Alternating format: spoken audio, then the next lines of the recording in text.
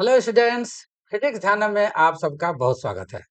मुझे पूरा विश्वास है कि आप लोग अच्छे होंगे, आपकी पढ़ाई भी अच्छी होगी और काफी मस्ती से आप लोग पढ़ाई को एंजॉय भी कर रहे होंगे। तो कंसेप्ट बिल्डिंग सीरीज को आगे बढ़ाते हुए आज मैं लेकर आया हूँ concept number 24 from electrostatics. So let's get started. ये जरा क्वेश्चन का कंसेप्ट के लिए इसका लाइन जरा पढ़िए आप। क्या लिखा हुआ है? A particle of mass m and charge minus q moves along a diameter of an uniformly charged sphere of radius r and carrying a total charge plus q.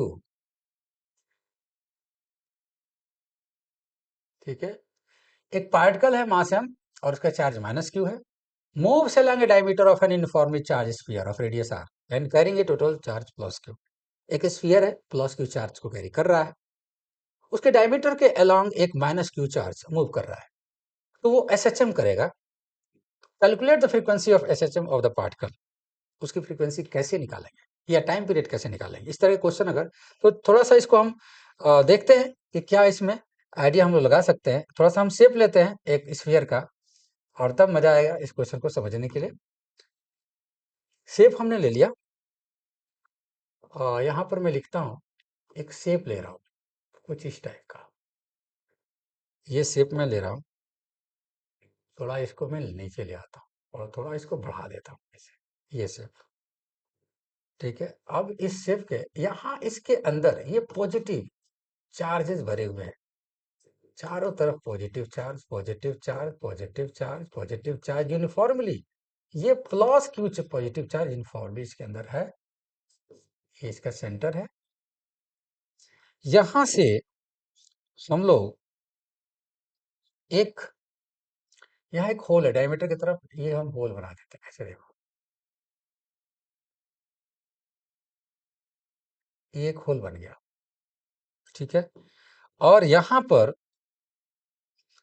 एक माइनस सेंटर ये है। सेंटर से suppose कर लो कि यहां पर x distance पर एक चार्ज है। कितना है ये चार्ज? यहाँ पर एक्स डिस्टेंस पर माइनस क्यू चार्ज है। इसके अलोंग ये जा रहा है, जाएगा तो इसके अंदर ऊपर नीचे एसएचएम करेगा, क्योंकि जैसे इसके पास माइनस चार्ज है और इस पॉजिटिवली चार्ज स्फीयर है, इसकी वजह से इलेक्ट्रिक फील्ड होगा। वो इलेक्ट्रिक फील्ड, और ये माइनस चार्ज है और पॉजिटिव चार्ज की वजह से जो इलेक्ट्रिक फील्ड होगा वो अपनी ओर खींचेगा।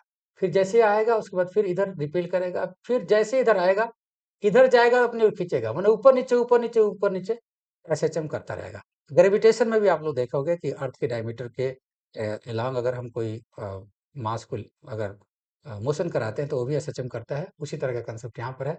सपोज कर लो एक्स डिस्टेंस पर कितना इलेक्ट्रिक फील्ड होगा, जैसे ये मूव इधर करेगा इस माइनस क्यू चार्ज पर इलेक्ट्रिक फील्ड की वजह से फोर्स इधर लगेगा, फिर यहाँ जाकर रुकेगा आर रेडियस में, फिर यहाँ पर आकर के ऐसे आएगा, फिर यहाँ से आएगा, मतलब ये मेन पोजीशन हो गई सेंटर, और एसएचएम करेगा। उसकी फ्रीक्वेंसी हमें निकालना है कितना होगा, ये हमारा कॉन्स्टेंट है। तो यहाँ पर एक्स डिस्टेंस पर इलेक्ट्रिक फील्ड क्या होगा, इसके लिए formula electric field at distance x, ये कितना होगा 1/4 पाई एप्सिलॉन नॉट। यहाँ मैं इस एक्स को, इसको हम हटा देते हैं। सिंपली हम ये लिखते हैं कि electric field at a distance x, यहाँ से पता चल जाता है, into q into x divided by r q, r radius of this sphere. ये देख लो, अगर ये पता चल गया इलेक्ट्रिक फील्ड कितना होगा, तो इस पर फोर्स कितना हो जाएगा? Force will be equal to कितना, क्यू इंटू ई होता है ना, क्यू इंटू ई यहाँ पर। और देखो यहाँ माइनस क्यू ई हो जाएगा। फोर्स हमेशा सेंटर की तरफ जो फोर्स रहता है वो माइनस में होता है, क्योंकि डिस्प्लेसमेंट इधर होता है। फोर्स एसएचएम का कंसेप्ट बेसिक तो पता ही होगा, minus Q E, minus Q E, Q यहाँ रहने दो और ई की जगह पर ये वाला रखो। कितना हो जाएगा? Q x by 4 pi epsilon naught r q. ये हो गया हमारा एफ। ये देख लो। अब एसएचएम में इक्वेशन 1 लिखते हैं। एक और बात है आपके सामने, एसएचएम में जो स्टैंडर्ड फॉर्म होता है एफ, जिस फोर्स से एसएचएम करता हुआ कोई भी मास पर जो फोर्स लगता है मीन पोजीशन की तरफ, वो क्या होता है, minus m omega square into x. यहाँ पर यही होगा इक्वेशन 2। दोनों को कंपेयर करो, कंपेयर करने से ओमेगा की वैल्यू आएगी। जो ओमेगा की वैल्यू आएगी तो omega is equal to 2 pi into nu, nu frequency है, मतलब nu is equal to omega by 2 pi. Frequency पूछ रहा है, आप फ्रीक्वेंसी से यहाँ निकाल लोगे, ओमेगा निकाल करके फ्रीक्वेंसी निकालोगे। अगर कैपिटल टी मतलब टाइम पीरियड पूछता है तो 1 by nu is equal to 1 by, ये फ्रीक्वेंसी है, frequency is equal to 1 by time period भी निकाल सकते हो।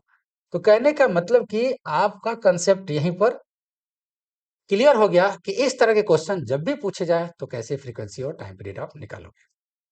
तो आज के लिए इतना ही, और मिलते हैं कल रात को 10 बजे फिर नए कंसेप्ट के साथ। तब तक take care, all the best.